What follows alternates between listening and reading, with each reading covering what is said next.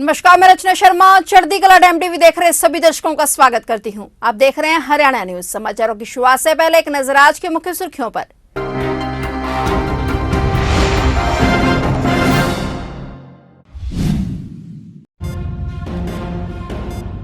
Canada की राजधानी Ottawa में संसद भवन में आयोजित हुआ अंतर्राष्ट्रीय गीता महोत्सव का भव्य कार्यक्रम। वीडियो मैसेज के माध्यम से मुख्यमंत्री मनोहर लाल ने दिया कार्यक्रम में अपना संदेश।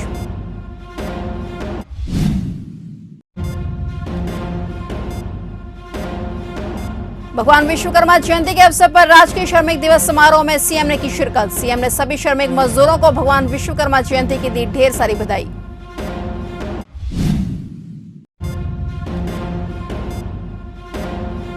करनाल में 5वीं राज्य स्तरीय वॉलीबॉल प्रतियोगिता का आयोजन। पूरे प्रदेश से 40 टीमें लेंगी भाग।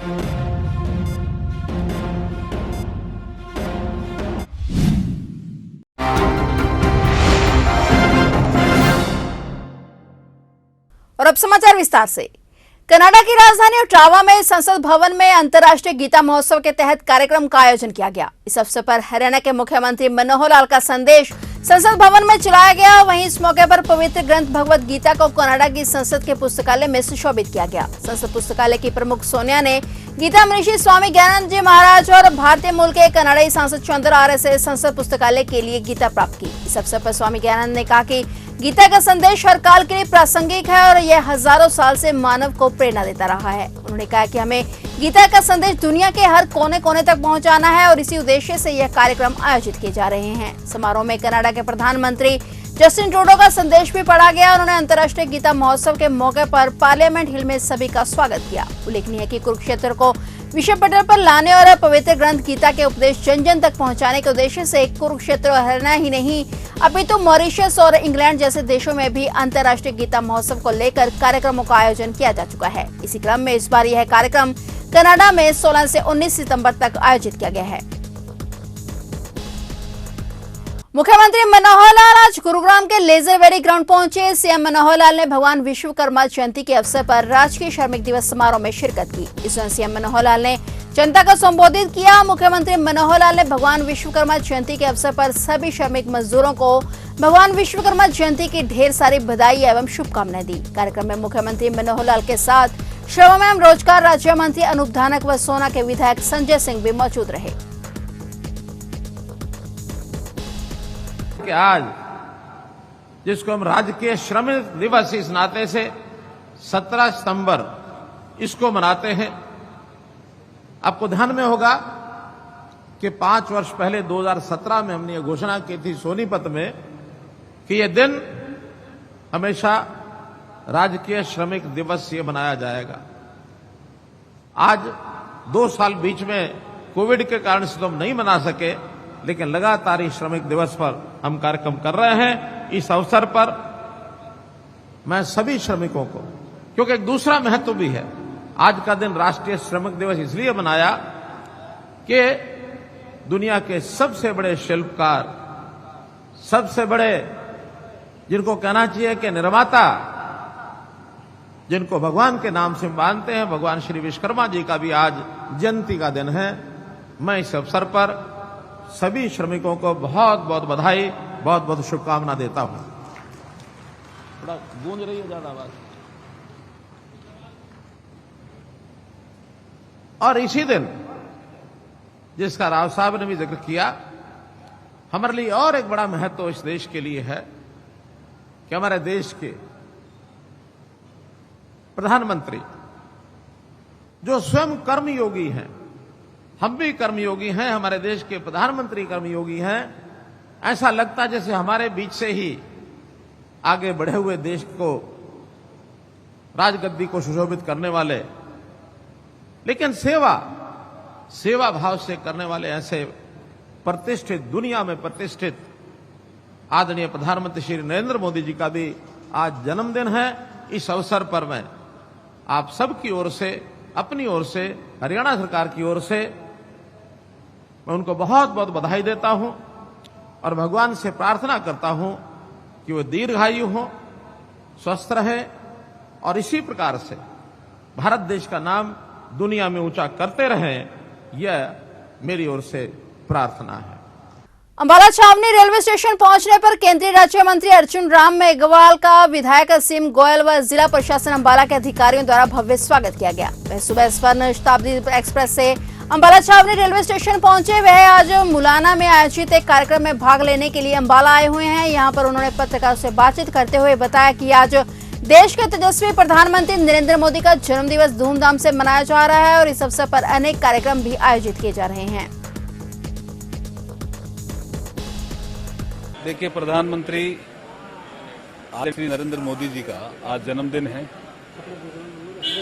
और जिस तरह से भारत में नरेंद्र मोदी जी ने नेतृत्व दिया है, जिस तरह से वर्क कल्चर बदली है, इसलिए भारतीय जनता पार्टी ने इस पूरे पखवाड़े को सेवा पखवाड़ा के रूप में मनाने का निर्णय किया है। और सेवा पखवाड़े में हर दिन कोई न कोई सेवा होनी है। आज हम यहाँ आप सबके बीच में है, यूनिवर्सिटी कन्वोकेशन का कार्यक्रम है। यहाँ भी सेवा के कार्यक्रम में ही मैं सम्मिलित होने के लिए आया हूँ। सेवा हमारे सरकार में भी होनी चाहिए, हमारे एक्शन में भी सेवा झलकनी चाहिए।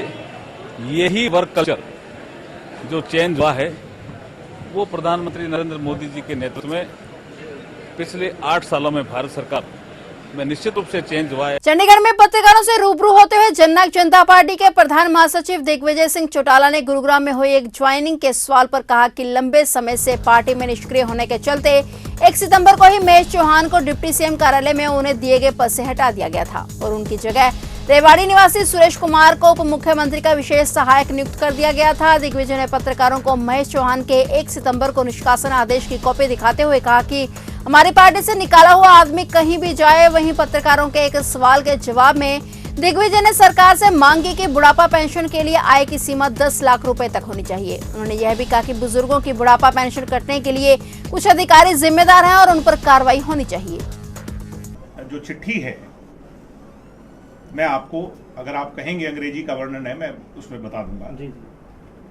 Honourable deputy chief minister had desired Shri Suresh Kumar, son of Desh Ram, resident of house number 84 Jhabua, tehsil Bawal, may be appointed as special assistant, जो पद का आप बात कर रहे हैं, in his office in place of Mahesh Kumar. Mahesh Kumar को 1 तारीख को उन्होंने पार्टी से और अपने निजी सचिव के पद से निष्कासित कर दिया था। अब निष्कासित आदमी कहीं भी जाए, बीजेपी में जाए और कांग्रेस में जाए, आप ये कैसे कह सकते हैं उनने हमारी पार्टी छोड़ी है? ये सरकारी चिट्ठी है दिग्विजय की या जेजेपी की चिट्ठी नहीं है। 1 तारीख को हमारे निकाले हुए आदमी को अगर 16 तारीख को 15 तारीख को कोई ले ले तो इसके अंदर क्या कंट्रोवर्सी होनी चाहिए?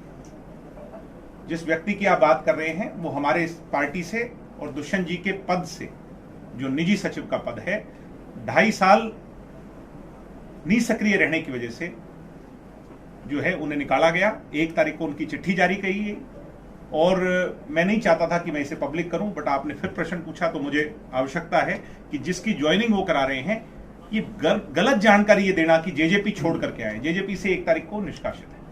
डीएवी पीजी कॉलेज करनाल में 5वीं राज्य स्तरीय वॉलीबॉल प्रतियोगिता का आयोजन किया जा रहा है। यह प्रतियोगिता 20 सितंबर से 23 सितंबर तक आयोजित होगी। डॉक्टर रामपाल सैनी ने बताया कि इस प्रतियोगिता का शुभारंभ मुख्य अतिथि के तौर पर करनाल लोकसभा सांसद संजय भाटिया रिबन काटकर करेंगे। इस अवसर पर मुख्यमंत्री के प्रतिनिधि अमरनाथ सौदा, संजय बटला, मीडिया कोऑर्डिनेटर जगमोहन आनंद व मेयर रेणु बाला गुप्ता मौजूद रहेंगे। यह प्रतियोगिता राज्य सरकार उच्चतर शिक्षा निदेशालय के मार्गदर्शन में आयोजित की गई है और इसमें पूरे प्रदेश से 40 टीमें भाग लेंगी। आदरणीय पत्रकार साथियों, आज की जो हमने पत्रकार वार्ता डीएवी पीजी कॉलेज करनाल में बुलाई है, वो एक विशेष उद्देश्य के लिए बुलाई है, क्योंकि राज्य सरकार उच्चतर शिक्षा निदेशालय के स्पॉन्सरशिप में डीएवी पीजी कॉलेज करनाल में 5वीं राज्य स्तरीय वॉलीबॉल प्रतियोगिता वीमेन और मेन वो ऑर्गेनाइज करने हम जा रहे हैं। 4 दिवसीय प्रतियोगिता होगी ये 20 सितंबर, 21 सितंबर, 22 सितंबर और 23 सितंबर। 20 सितंबर को सुबह 10 बजे माननीय सांसद श्री संजय भाटिया जी इसका इनॉग्रल सेशन इसको इनॉग्रेट करेंगे, शुभारंभ करेंगे अपने कर कमलों के द्वारा। उनके साथ मुख्यमंत्री जी के प्रतिनिधि अमरनाथ सौदा जी, संजय भटला जी और जगमोहन आनंद जी होंगे। मैडम मेयर रेणुबाला जी भी उपस्थित होंगी और ये कार्यक्रम शुरू हो जाएगा। इस कार्यक्रम में वॉलीबॉल राज्य स्तरीय प्रतियोगिता में पूरे हरियाणा राज्य की लगभग 40 टीमें हिस्सा लेंगी और उनके रहने का भी अरेंजमेंट हमने कर दिया है। जो वीमेन टीम्स हैं, महिला वॉलीबॉल खिलाड़ी हैं, उनके लिए हमने रात्रि निवास की सुविधा भी हॉस्टल में, गर्ल्स हॉस्टल है हमारे दूसरे कॉलेज में, वहाँ पे कर दी है। और जो खिलाड़ी मैन हैं उनके लिए हमारे डीएवी पीजी कॉलेज के ही अपने हॉस्टल में रात्रि निवास की सुविधा प्रदान की गई है। इसके अलावा जितने भी अन्य स्पोर्ट्स अधिकारी, कोच और दूसरे जो भी उसमें जजमेंट की भूमिका में होंगे, जूरी के मेंबर्स होंगे, उनके लिए भी हमने रहने की, खाने की या ठहरने की सारी व्यवस्थाएं कर दी हैं।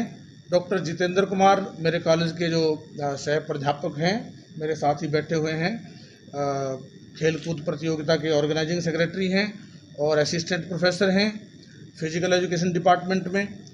गरोना में स्टेडियम में आवागमन के लिए नहरी महकमे द्वारा बनाई जा रही पुलिया को लेकर राजनीति हावी हो चुकी है, जिसका खमियाजा आसपास के किसानों को भुगतना पड़ रहा है। किसानों को अपनी तैयार फसलों की चिंता सता रही है, क्योंकि बरसाती पानी आने के कारण नाला ओवरफ्लो हो चुका है और किसानों की माने तो कुछ लोग अपनी राजनीति चमकाने के लिए पुलिया के निर्माण में टांग अड़ा रहे हैं, जबकि निर्माण कार्य को लेकर किसी तरह की दिक्कत नहीं है। किसानों ने प्रशासन से मांग की है कि नाले का काम न रोका जाए और जल्द से जल्द निर्माण कार्य पूरा किया जाए, ताकि किसानों को नुकसान न भुगतना पड़े। ये पुलिया का जी ठीक है जी, बच्चों के लिए बनवाया जी है। गांव के सभी युवाओं ने मिलकर जी भाई हमने रास्ता चाहिए और कोई ऐसा रास्ता नहीं, ये सबसे बढ़िया रास्ता पड़ा है और ये आगे सराय कोंड में जाता है जी। तो हम यही प्रशासन से और सरकार से गुहार लगाओ में भी जितना भी जल्दी हो सका इसका कार्य चलता रहा है और ये जल्दी बना है।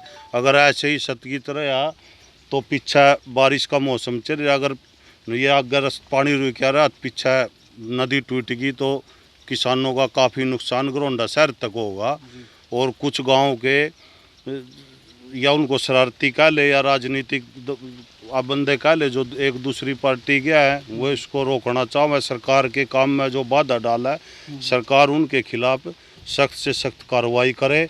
गरोना में नेशनल हाईवे 44 के ओवरब्रिज पर राणा पेट्रोल पंप के सामने कार अनियंत्रित होकर डिवाइडर की रेलिंग से जा टकराई और बुरी तरह से क्षतिग्रस्त हो गई। कार में 3 युवक व एक युवती सवार थे। जबरदस्त हादसे के बावजूद गनीमत रही कि कोई कार सवार हताहत नहीं हुआ। घटना की सूचना के बाद डायल 112 मौके पर पहुंच गई और गाड़ी को क्रेन की सहायता से हटाया गया। ये 4 स्टूडेंट थे जी, जो कि ये एम्स में जा रहे बताओ डॉक्टर प्लान में है जी और सहारनपुर से आए हैं दिल्ली जाना जी। तो ये पानी तो इसलिए खड्डा है कोई, उसको देख कर बैलेंस खराब हो गया जी। बैलेंस खराब होने के कारण इसमें टक्कर हुई, फिर एकदम पहिया निकल गया घूम का जी। कोई इंजरी नहीं है जी, शुक्रिया है, सब कुछ बच गया।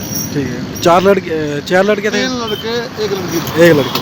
फिलहाल हरियाणा के न्यूज में इतना ही और नए समाचारों के साथ फिर से हाजिर होंगे। तब तक के लिए देखते रहिए चढ़ती कला टाइम टीवी।